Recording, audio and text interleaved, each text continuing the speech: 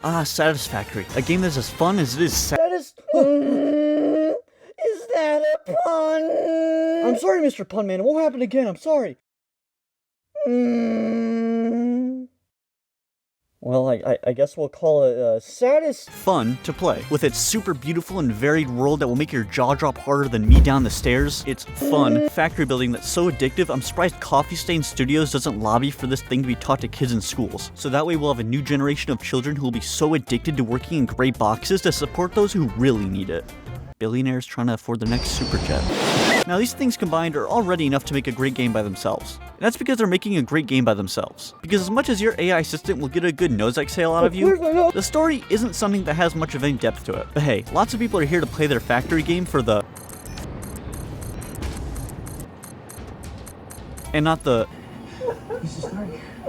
Although if I could do both, that would be great. Altogether though, these three cornerstones of game design add up to make one of the most beautiful, fuck it, one of the most satisfactory games I've ever played!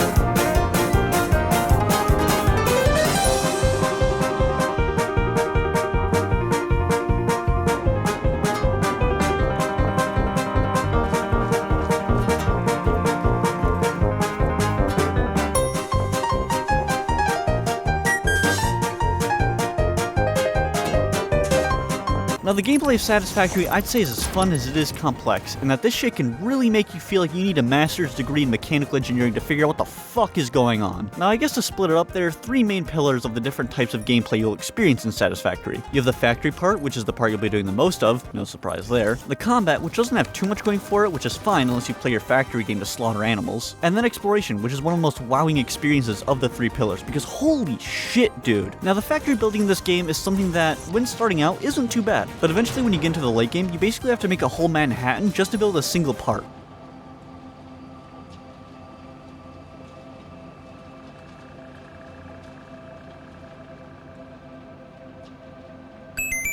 Like, let's take an example of the early game. Smart plating, which is one of the first semi-complex parts you'll need to build. So to build this, you'll first need to place a miner on an iron ore vein. No, not that kind of miner. And then you'll build a few smelters which will turn the iron ore into iron ingots. These iron ingots can now be put into a constructor to be turned into either iron plates or iron rods. For this case, we're actually going to split the output to make both, as we'll need both. I see you closing your fucking eyes there, Jeremy. Do I need to send you to the principal's office? Sorry, Mr. Hasman, I was just getting a little bored. Now look what you made me do to Kevin. Wow, using the same joke as the last video? Where were we? Oh yeah, so you'll build the plates and rods, you'll then turn the rods into screws, and then once you've done that, you'll combine them into the assembler to make reinforced iron plates, which is 1/2 of the parts we'll need for smart plating. Rotor is basically the same, but instead of iron plates, you'll need iron rods. Now this is one of the beginning parts. Let's see how complex it gets in the mid to late game with something like aluminum sheets. Oh god. Now aluminum sheets might sound like you'll just need a mining rig, smelter, and constructor to make them, right? Wrong. You're wrong, because you're dumb. And stupid, but also kind of cute. First we'll need to find a bauxite vein. What is bauxite? I don't know, man. I literally never heard of this until Silly Factory Game told me to go get it. Now you place the mining rig on this and then bring it over to a refinery. Oh, you're tall. Well, guess I'll just put this in and... Ah, I see. So once you get the water pumps all built and connected, it'll turn the bauxite into aluminum solution, which can then be... Now once you have the aluminum scrap, you can use it to make aluminum ink. Okay, now that you have your silica, you can combine it with the aluminum scrap to make aluminum ingots, which can then, and only then, be used to make aluminum... Motherfucker! Hey, post-production has me here. Just want to clarify that while I made this process look pretty annoying and tedious, it's actually a lot of fun to do. Especially in a game where you're building factories. Whoa, building factories in Satisfactory, who would have thought? But yeah, I just want to clarify that. I don't even know why I'm using this. This isn't a microphone. I have to dub this in post. I mean, this is what the actual audio sounds like. Now if that seemed a bit daunting, that's because it is. But know that this game doesn't just throw it at you, it introduces all these things to you slowly. Like the refinery messing around with liquids. They're slowly given to you so that way you can mess with them and experiment to learn at your own pace. So much so that when you get to the point where you need to use the refinery, it'll be less worrying how this works and more groaning because you forgot the damn steel pipes! And in terms of how you build these factories, there is no correct or incorrect way of making them. As much as it may seem like there is when you're looking online, yes, you can make them more efficient and do the math to make your factories organized and optimized as humanly possible. Or you can take a lesson from your mom's cookbook and make some of the tastiest spaghetti I've ever seen. Oh, look at that. It's breaking physics. See, but the point of this game isn't to build a factory, as contradictory as that may sound. It's to build a factory that you have fun making and are happy with. Are you happy with this? Or don't care and okay with this? It's your game you spent your mom's hard-earned credit card money on. Where's my wallet? So if something like this is really intimidating or time-consuming for you, then go ahead and make it however you want. Or maybe you're someone like me who sees all the amazing creations people make to where it makes you so insecure you just want to bury your head in your pillow and cry. But realize that if you do want to make your factories pretty and organized, you'll figure it out. It just takes time and experience. Because one of the coolest parts too about Satisfactory is how the factory you build can sometimes reflect onto you and hint at how your brain works. Like how much you strive for perfection, or how much attention to detail you have, or how you cope with your own impatience. Your first playthrough is gonna be a mess because you're learning the game. But after your second, hell in my case like the third or fourth playthrough, you'll start to get it a bit more and build something you're happy with. Oh! Oh! What? They call it satisfactory because you build a factory and it's satisfying. Oh! You didn't already know that?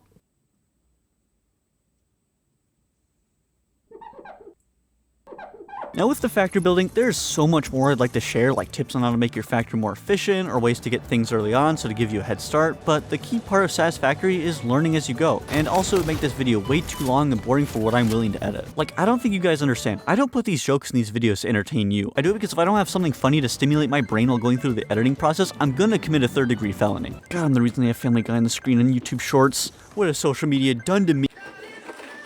Nothing beats a Jet2 holiday. And right now, you can save £50.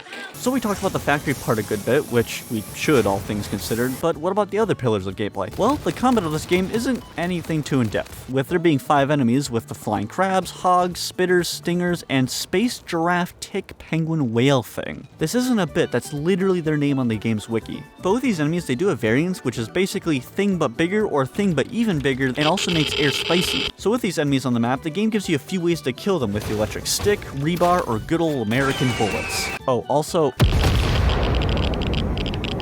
and when you kill an enemy, you can use their carcasses to either make healing, or these capsules that you can use to turn into Ficsit tickets to use at Space Amazon. And that's the extent of the combat. It's simple, but I say that as a compliment in the context of this game, where you're trying to worry about getting to piles of rocks. But to get to these piles of rocks, you'll have to do one of my favorite pillars of the game's gameplay format, which is explore.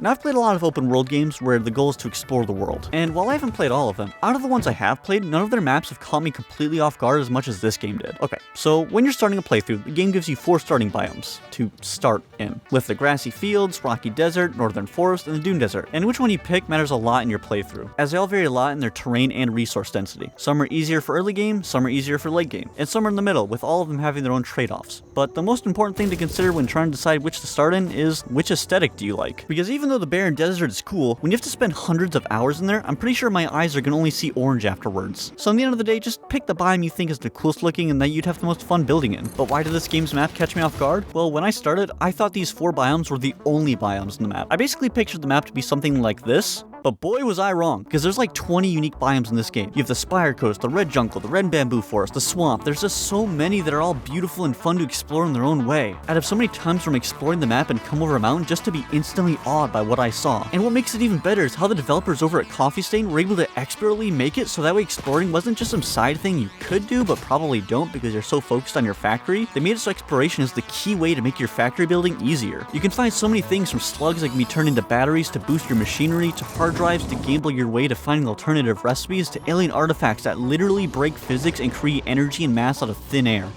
Wait, what?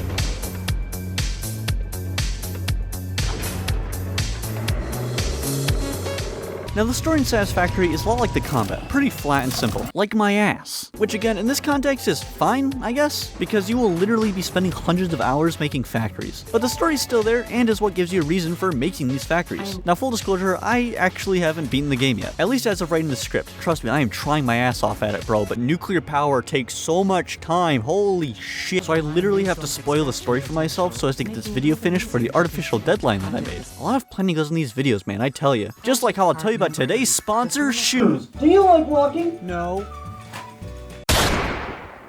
God, the gun is so useless. Then you should come by H's Hazmat Shoes, or for short. You see, here at we do all we can to serve your needs, from feeding you to filing out your 2012 taxes, Disclaimer, Anxious Hazmat Who Shoes is only allowed to file your 2012 taxes in 13 of the 50 states of the U.S. to waking you up. Wake up. Wake up. Wake up.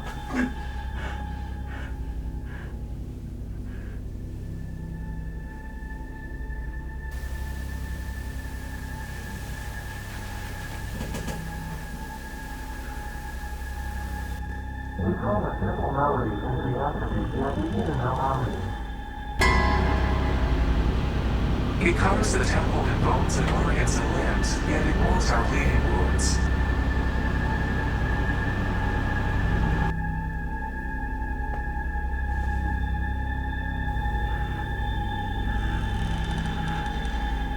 Yeah, that about sums it up. Yeah, so the story is basically you just collecting alien rocks and your AI boss Ada talking to the hive mind every once in a while to a sometimes comedic result. Attempt number 7,853,206. Are you there? Orchestral tuning. Ah, good. I think I understand better now. Your curves are beautiful.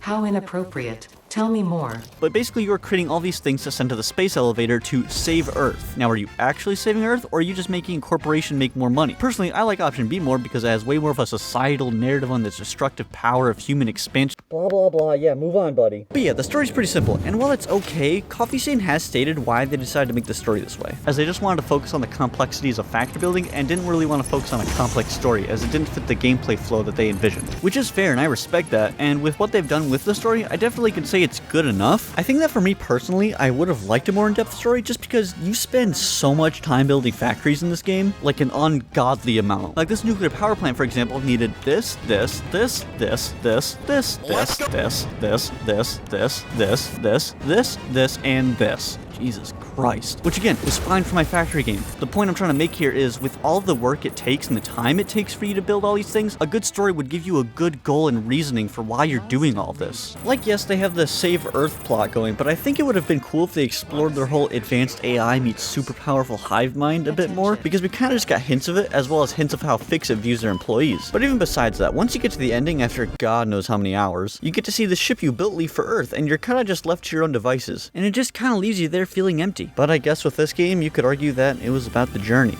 the things you learned along the way, the friends you've made, and not the destination. Or I'm just coping, I don't know, man.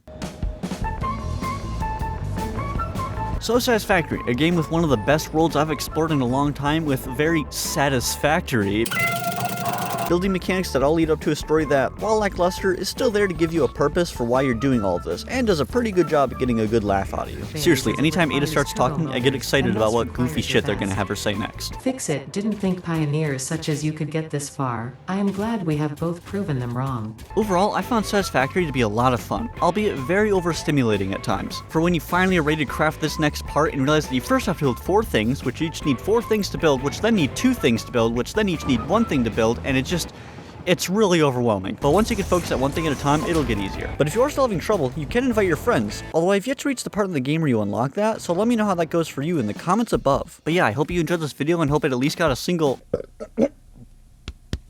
Sorry, indigestion from you, and remember to not forget your concrete and to go out and see the sun.